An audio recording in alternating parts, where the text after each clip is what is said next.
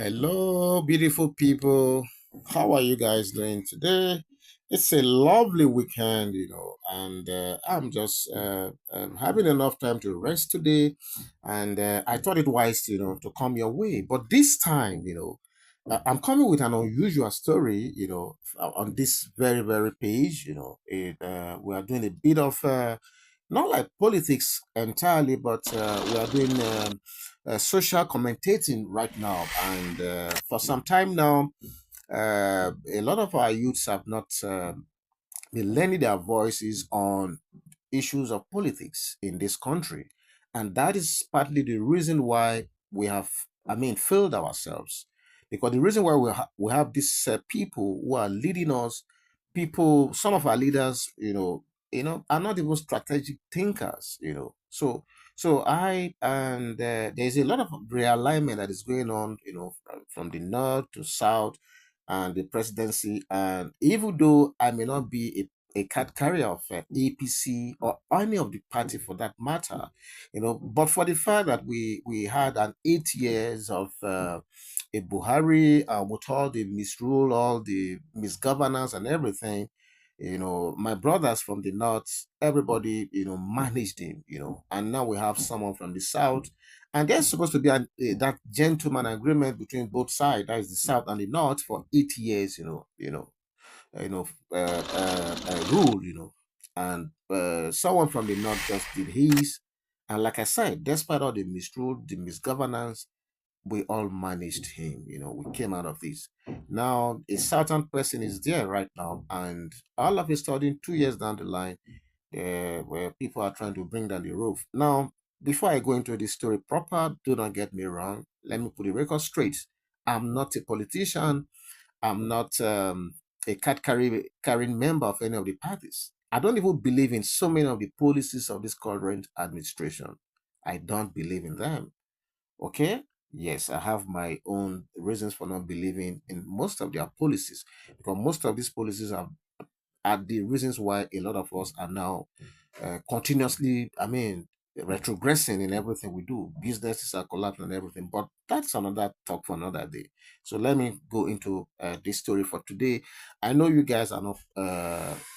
Some of you may not be politically inclined. You don't like political news, but it is what it is. I just feel this may be of some interest to some of us here, because I realize that a lot of us here are adults, even though we have over 85% of women, but women too, they play politics because their voices matters as well. Okay.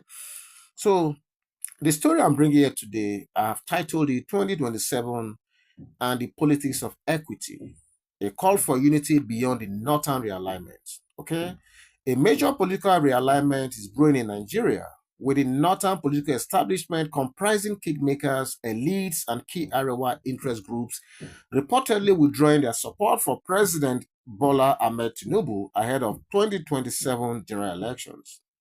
This move, already in motion through strategic repositioning by figures like former Kaduna State Governor Nasir El-Rufai and others, originally of the APC fold, signals a deepening fracture that could shape the political future of this country.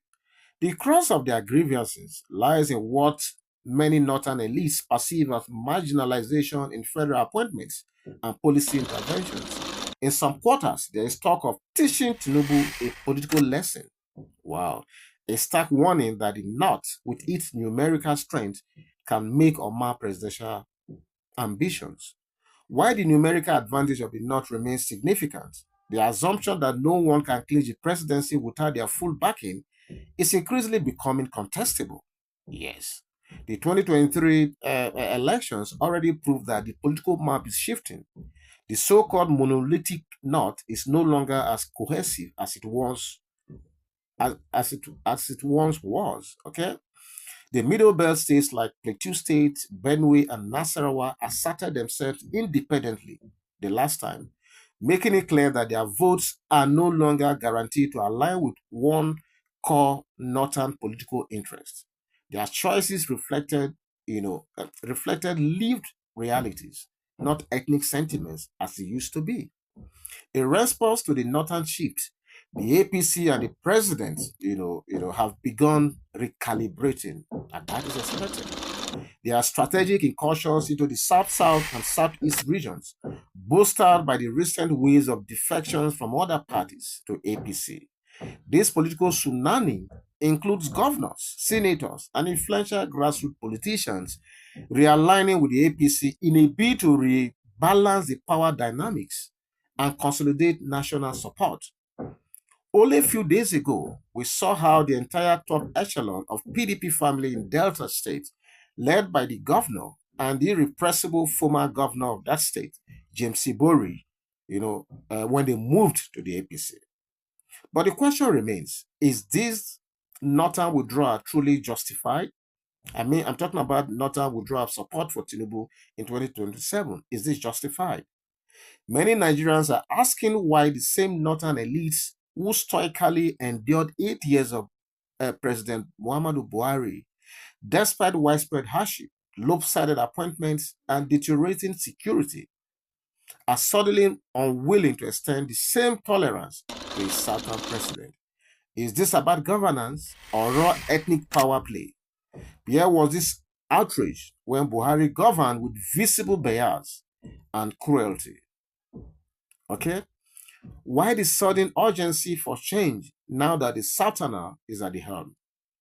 We must also ask, whatever happened to the informal gentleman agreement of zoning? Yes, I mentioned that there was this zoning, where the South will do 8 years and the North will do 8 years. And a northern person just finished 8 years. So what happens to that gentleman agreement? Would they not accept this level of opposition had the presidency returned to them and the Southerners began a similar revolt 2 years in? I can assure you that they will not tolerate it. But why now?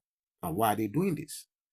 This is not a defense of every policy under Tinubu administration, like I said in my intro. I don't believe in a lot of their policies, okay? Because a lot of these policies are the reason why we are in the mess we are today in all facets of our lives. So I need to put the record out there. Many Nigerians across uh, uh, all regions are grappling with economic hardship and have every right to voice their dissatisfaction as it is being done all over the country. But justice, equity, and fairness must not be selective. If Nigeria, if Nigeria endured 8 years under Buhari, it is only fair that the South is allowed to complete its own cycle for the sake of national balance. More importantly, the northern political class must come to terms with the new dynamics.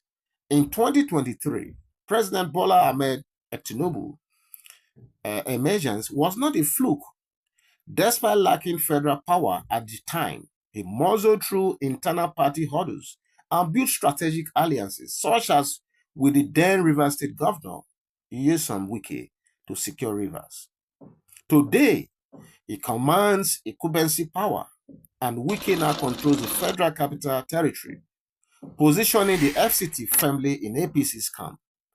It is safe to say here that Nyesom Wike at the helm of affairs, FCT is in the bag.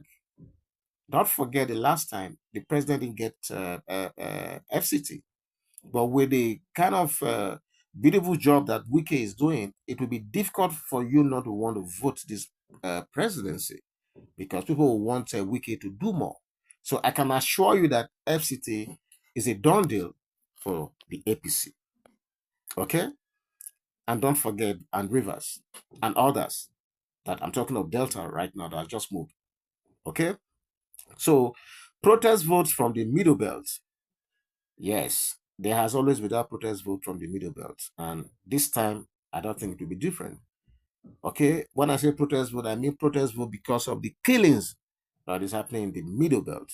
I'm talking of states like Benue, Plateau, Nasarawa, and others. Okay, so and even the outrage from northern Christians communities and the growing sentiments for Southern equity across regions may play in Tinubu's favor. Yes, you heard me well. Even in the Southeast and South-South, where support for Tinubu was weak in 2023, a shift is occurring. Many who did not vote for him then may now do so, not necessarily out of love for his administration, but in defense of Southern representation and continuity. For these voters, the hardship of today does not negate the need to uphold national equity and prevent a dangerous precedent. If the North is comfortable with Tinubu's person, if the North is uncomfortable, if the North is uncomfortable with Tinubu's personality, it will still be more honorable to rally behind another Southern candidate to complete the South's 8-year cycle. Anything less will be seen as an attempt to truncate an informal yet essential path that has helped stabilize the country's fragile unity for some time now. Let us not pretend Nigeria's peace is fragile, and our unity must never be taken for granted. To the northern elites, this is a time for statesmanship, not ethnic supremacy. Let us avoid setting the country on a path of chaos. Because of transcend political ambitions, Nigeria is too important to be reduced to a regional chessboard. We must all pursue a politics of fairness, equity, and justice. That is the only way the center can hold. Okay? So for me, this last thing I said is what we should all take home. We must all pursue politics of fairness, equity, and justice. That is the only time, and the only way the center can hold all of us together. So this is my own candid advice to our brothers in the north, to calm down. The worst case scenario, if they don't like the personality of this current president, they can pick another certain person and put that support for that person. Anything outside this will be calling for chaos, and we don't need that. So thanks for listening to this, and I'm sure you will have picked one or two things from this. I'll be back soon. What do you think? Please leave your comment in the comment section. God bless you. Bye bye.